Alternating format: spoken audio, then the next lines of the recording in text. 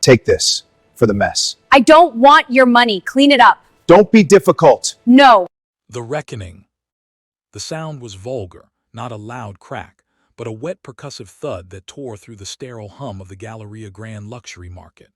It was the sound of a leather loafer /U 2014, a Gucci loafer, to be precise /U 2014 connecting with the side of a paper grocery bag. For a split second, the bag held its shape, a defiant brown rectangle against the polished Italian marble. Then it surrendered. A carton of organic eggs erupted in a yellow smear, and a cascade of bright red apples, each one a perfect glossy sphere, scattered across the floor like spilled jewels rolling in chaotic, silent arcs. Aisha stood frozen, the torn handles of the bag still clutched in her hands. The impact had been so unexpected, so personally directed, that her mind refused to process it as anything but a bizarre accident. But then came the laughter. It was a sharp, braying sound designed for an audience, and it belonged to the man who had just extended his foot with casual, deliberate cruelty. Mark stood there, his foot still slightly extended, a smirk playing on his lips that was both cruel and performatively charming. Beside him, a woman with blonde hair sculpted into an immobile helmet of perfection held up her phone, its camera lens a single unblinking eye. This was Tiffany /U 2014 Mark's latest upgrade, as his colleagues liked to say with the kind of knowing snicker that passed for wit in certain circles. "Oh, look at that," Mark said, his voice echoing slightly in the cavernous space. "Someone's dinner is making a run for it. Guess it's ramen noodles again tonight, huh?" He nudged an apple with the toe of his expensive shoe, sending it skittering toward a display of imported cheeses. Tiffany giggled, a sound like ice cubes rattling in an empty glass.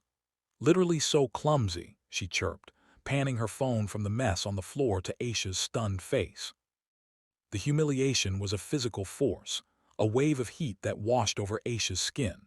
It wasn't just the act itself, but the public nature of it /U 2014 the shoppers who paused, their gazes a mixture of pity and morbid curiosity, and the sheer, unadulterated glee on Mark's face. A memory, sharp and unwelcome, flashed behind her eyes. Mark, 3 years ago, promising her the world from the cramped confines of his tiny apartment. "One day, babe, we'll own a place like this," he'd said, gesturing vaguely at a magazine ad for a penthouse. Now he stood in a place like this, treating her like dirt on his shoe. The real impact wasn't the ruined groceries. It was the cold, calculated assertion of her worthlessness in his new world. He wasn't just kicking a bag. He was kicking the memory of who they were and kicking her for remaining that person while he had, in his mind, ascended. A security guard approached, his walk a practiced, weary plod. He was a man in his late 50s, his uniform slightly too tight at the belly, his expression one of permanent low-grade annoyance. His name tag read Davies. He surveyed the scene with a sweep of his eyes that lingered on Mark's tailored suit and Rolex before flicking dismissively over Aisha's simple jeans and waitress work shirt, which she hadn't had time to change out of. The power dynamics of the situation were assessed and calculated in less than 3 seconds. "All right, what's going on here?" he asked, his voice directed at Mark, the perceived center of gravity. Mark held up his hands in a gesture of mock innocence. "Just a little accident, officer. My old friend here dropped her things. We were just offering to help." He gestured to the phone in Tiffany's hand. "Just capturing the moment, you know, for a laugh." Tiffany lowered the phone slightly, a flicker of something /U 2014 maybe caution /U 2014 in her eyes, but the smug smile remained. Aisha finally found her voice, a small, tight knot in her throat. "He kicked it," she said, barely above a whisper. "He kicked the bag on purpose." Officer Davies sighed /U 2014, a long, put-upon exhalation. It was the sigh of a man who had already decided who was credible and who was a nuisance. He looked at the mess, the broken eggs slowly congealing on the pristine floor. "Ma'am, we have a policy against creating disturbances," he said, his tone shifting from inquiry to official warning. I'm going to have to ask you to clean this up and move along." The injustice of it was breathtaking. He hadn't asked a single follow-up question. He hadn't looked for witnesses. He had simply absorbed the visual cues of wealth and poverty and rendered his verdict. But he backslash you 2014, Aisha started. However, Mark cut her off. "Look, we don't want any trouble," he said smoothly, placing a proprietary hand on Tiffany's back. "She's just a little emotional. We used to date. It didn't end well." He leaned inconspiratorially toward the guard. "You know how it is." This was his master stroke. He'd framed her as the hysterical ex-you 2014, a narrative so common, so easy to believe, that it erased the truth of the last 30 seconds. Davies nodded, a man-to-man look of understanding passing between them. "I understand, sir," the guard said, his tone now deferential. He turned back to Aisha, his face hardening. "Ma'am, I'm not going to ask you again. Get a cleanup kit from aisle 3 and take care of this, or I'll have to escort you from the premises for causing a public nuisance." He had failed her. The system in the form of this one biased man had failed her completely. And in that moment, watching the complicit nod of the authority figure, something inside Aisha shifted. The heat of humiliation didn't vanish you 2014, it cooled, hardening into something dense and heavy, like steel cooling in a mold. The tears that had threatened to form evaporated. The tremor in her hands ceased. A strange, unnerving calm settled over her, a stillness that was more intimidating than any outburst could have been. She didn't look at the mess on the floor. She didn't look at the smug face of her ex-boyfriend. She didn't even look at the dismissive security guard. Instead, she slowly, deliberately pulled her phone from her back pocket. Her movements were fluid and economical, devoid of any wasted energy. Mark watched her, his smirk faltering for just a fraction of a second. He expected shouting, crying, a scene. This quiet composure was unexpected, and it threw him off his rhythm. "What are you doing?" he scoffed, trying to regain control. "Calling your manager at the diner to complain." Tiffany snickered on cue, raising her phone again to capture this new, strange development. Aisha ignored them both. Her thumb moved across the screen, tapping out a short, simple message to a single contact. The message contained only two things, a location pin and a number, 15. Then she hit send. She locked the screen and slid the phone back into her pocket. A silent timer had begun, 15 minutes. That was all it would take. She finally lifted her eyes and met Officer Davies' gaze directly. Her expression was unreadable and her voice was flat, devoid of emotion. "I will not be cleaning that up," she said. "He assaulted me, and you are refusing to do your job, so we will wait." The guard's face flushed with anger. Her refusal to be cowed was a direct challenge to his authority. "Excuse me, you're refusing," he sputtered. "That's it. You're coming with me. We're going to the office." "Good," Aisha said. The single word hung in the air. It wasn't defiant. It wasn't sarcastic. It was a statement of agreement, as if this were all part of a plan she had already executed in her mind. Mark, seeing the situation escalating in a way that might draw unwanted managerial attention, tried to de-escalate on his own terms. "Hey, come on now. Let's not blow this out of proportion," he said, his tone magnanimous, the benevolent rich man indulging a minor inconvenience. It was a joke, a stupid joke. Here. He reached into his wallet and pulled out a $50 bill, holding it out to her for the groceries. "Let's just call it even." The condescension was thicker than the smell of the imported cheese nearby. He wasn't apologizing. He was paying a fine, dismissing her and her life as something that could be settled for a negligible amount of cash. Aisha looked at the bill in his hand, then back up at his face. She didn't move a muscle. She just stared, her silence a profound and unsettling rejection of his entire worldview. The $50 bill seemed to shrivel in the space between them. "All right, all of you you 2014, my office now," Officer Davies snapped, his patience entirely gone. He gestured sharply with his thumb down a service corridor. "Let's go." Mark shrugged, tucking the 50 back into his wallet with a flourish. Fine by me. Let's get this sorted out. Tiff, you coming? Tiffany, sensing the potential for more drama to film, nodded eagerly, her phone held low but still recording. The walk to the security office was a study in contrast. Mark strode with a confident swagger, whispering and laughing with Tiffany, performing for an imaginary audience. Officer Davies marched ahead, his back rigid with indignation. And Aisha followed, her steps measured and calm, her posture perfect. She looked less like a detainee and more like a woman walking towards something she had already arranged. The office was exactly as one would imagine, small, windowless, and smelling faintly of stale coffee and disinfectant. Fluorescent lights hummed overhead, casting a sickly greenish pallor on everything. There was a single metal desk cluttered with monitors showing grainy CCTV feeds and 3 mismatched plastic chairs. The claustrophobia of the room was immediate. "Sit," Davies commanded, pointing to a chair. Aisha sat, placing her hands neatly in her lap. Mark leaned against the wall, crossing his arms /U 2014, the picture of casual arrogance. Tiffany hovered by the door, still filming. "Now," Davies began, pulling out a clipboard and a pen with a sense of theatrical importance, "I'm going to take your statements. Sir, we'll start with you." He was giving Mark the floor, allowing him to frame the entire incident from the beginning. However, before Mark could speak, a sharp, insistent buzzing filled the small room. It was the guard's desk phone, an old landline model. Shot at an irritated look and lifted the receiver. "Security, Davies." He listened for a moment, his expression shifting from annoyance to confusion. "The north entrance, who is?" "I didn't call for a /U 2014. He listened again, his brow furrowing. His eyes darted nervously toward Aisha, who hadn't moved. "Yes, sir, I understand, right away." He hung up the phone, his movements suddenly clumsy. He looked at the people in his tiny office as if seeing them for the first time.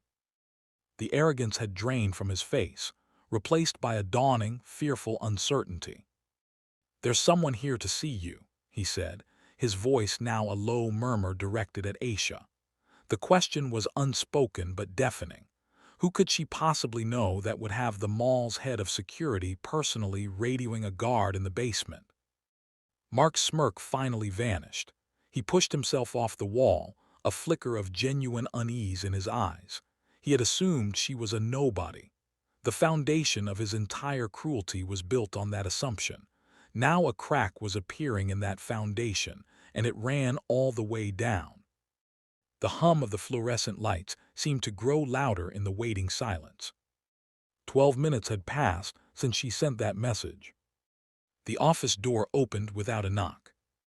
The man who entered was not large or physically imposing in the way one might expect. He was of average height, slender, and dressed in a charcoal gray suit so exquisitely tailored that it seemed to move with him as a second skin. His black hair was cut with razor precision, and his face was calm, almost serene, betraying nothing. This was Minjun. But it wasn't his appearance that immediately seized control of the room /U 2014. It was the atmosphere that entered with him. The air grew still, heavy, charged with an unspoken authority that made the guard's uniform and clipboard seem like a child's costume.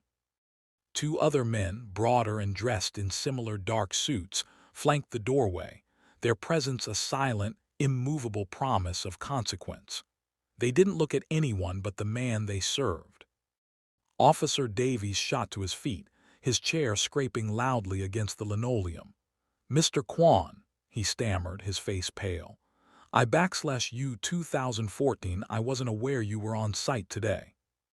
Minjun's eyes, dark and intelligent, swept the room once. They passed over Mark and Tiffany with utter indifference, as if they were furniture. They briefly acknowledged the guard's panic, and then they landed on Aisha. For the first time, a flicker of something crossed his face /U 2014, a deep, quiet concern. He walked directly to her, ignoring everyone else in the room, and knelt on one knee so that he was at her eye level. He gently took her hand. "Are you all right, Yobo?" he asked, his voice low and soft. a stark contrast to the cold power he projected to every other occupant of the room. The Korean term of endearment /U 2014 honey, darling /U 2014 was spoken with such genuine tenderness that it reconfigured the entire reality of the room in an instant. Mark stared, his mouth slightly agape. He was trying to connect the dots between the broke waitress he just humiliated and this man who commanded the instant, terrified respect of the mall's security leadership. Tiffany had finally stopped recording, her phone hanging limp in her hand, her face a mask of disbelief beginning to crack into something rower. Aisha gave her husband's hand a small, steady squeeze. "I'm fine," she said, her voice even. Minjun stood up, and his demeanor shifted back to an icy, controlled calm as he turned his attention to Officer Davies, who seemed to physically shrink under his gaze. "My associate has the footage from your own cameras," he said, his English perfect with only a trace of an accent. "He will show you what happened. Then you will tell me why you brought my wife to a back room instead of the man who assaulted her." The word wife landed like a grenade in the small space. It detonated every assumption Mark had built his cruelty upon. The blood drained from his face, leaving behind a waxy, sickly pallor. His world /U 2014, so carefully constructed on a hierarchy of status and wealth, and social hierarchy /U 2014, was tilting violently on its axis. He was no longer the man with the Rolex and the power. He was just a piece of furniture in a room that now belonged entirely to Mr. Kwan. One of the men who had entered with Minjun stepped forward, holding a sleek dark tablet. Without a word, he turned the screen toward Officer Davies. On it, crystal-clear footage from a high-angle CCTV camera was playing. It showed the entire scene without ambiguity /U 2014. There was Mark striding purposefully. There was the deliberate, vicious kick. There was the explosion of groceries, the apples rolling across the marble floor. The audio was clean, picking up Mark's taunts with perfect clarity. "Guess it's ramen noodles again tonight, huh?" Then the associate swiped, and a new video began. This one was shakier, filmed from a lower angle /U 2014. It was Tiffany's own footage, which had likely been wirelessly acquired from her phone the moment Minjun's team entered the mall's network. Her snide giggle was loud and clear, literally so clumsy. The playback continued, showing Davies' arrival, his dismissive body language, his conversation directed exclusively at Mark, and his final biased command for Aisha to clean up the mess. It was a complete, damning, and irrefutable record of events. Officer Davies watched, his face moving from pale to a deep, blotchy red. Every ounce of his procedural authority was stripped away, revealing the petty prejudice beneath it. He opened his mouth, but no words came out. He looked like a man watching his own verdict being handed down. Minjun didn't raise his voice. He never needed to. His quiet control was more terrifying than any shout because it signaled a man who had absolutely nothing to prove. He turned his gaze for the first time directly onto Mark. It was not a look of anger, but of cold clinical assessment /U 2014, the look of someone examining a liability, calculating its cost. "You work at Sterling Roth Financial," Minjun said. It was not a question. It was a statement of a fact that was about to become past tense. Mark flinched as if struck. Sterling Roth was his entire identity. It was the source of the suit, the watch, the car, the confidence /U 2014, all of it. "How /U 2014, how do you know that?" he stammered. Minjun's associate made a quiet phone call, speaking a few words in Korean, his tone clipped and efficient. A moment later, Mark's phone buzzed in his pocket. He pulled it out with a trembling hand. An email notification glowed on the screen. The subject line was stark and unambiguous: immediate termination of employment. His face went slack with shock. He swiped it open, his eyes scanning the formal, brutal language: gross misconduct, violation of the company's public image clause, effective immediately. A second email arrived, then a third.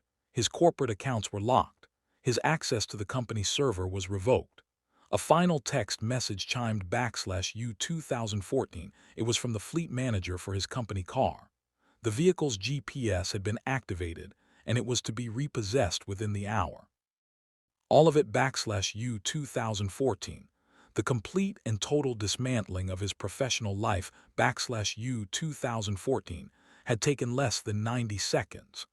He looked up from his phone, his eyes wide with a panic that had no floor to land on, and stared at the man who had just erased his career with a single whispered phone call.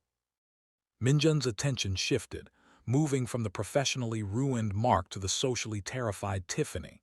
She instinctively tried to hide her phone as if it were the source of all her problems, but it was far too late for that. "You are Tiffany Lee," Minjun stated. Again, not a question. "You are a social media influencer. Your brand is built on a carefully curated image of aspirational lifestyle and positivity." Tiffany nodded numbly, her meticulously applied lipstick suddenly looking garish under the harsh fluorescent lights. Minjun's associate swiped the tablet again, showing her Instagram profile /U 2014 vibrant, manicured, full of smiling photos in beautiful places. Then he swiped once.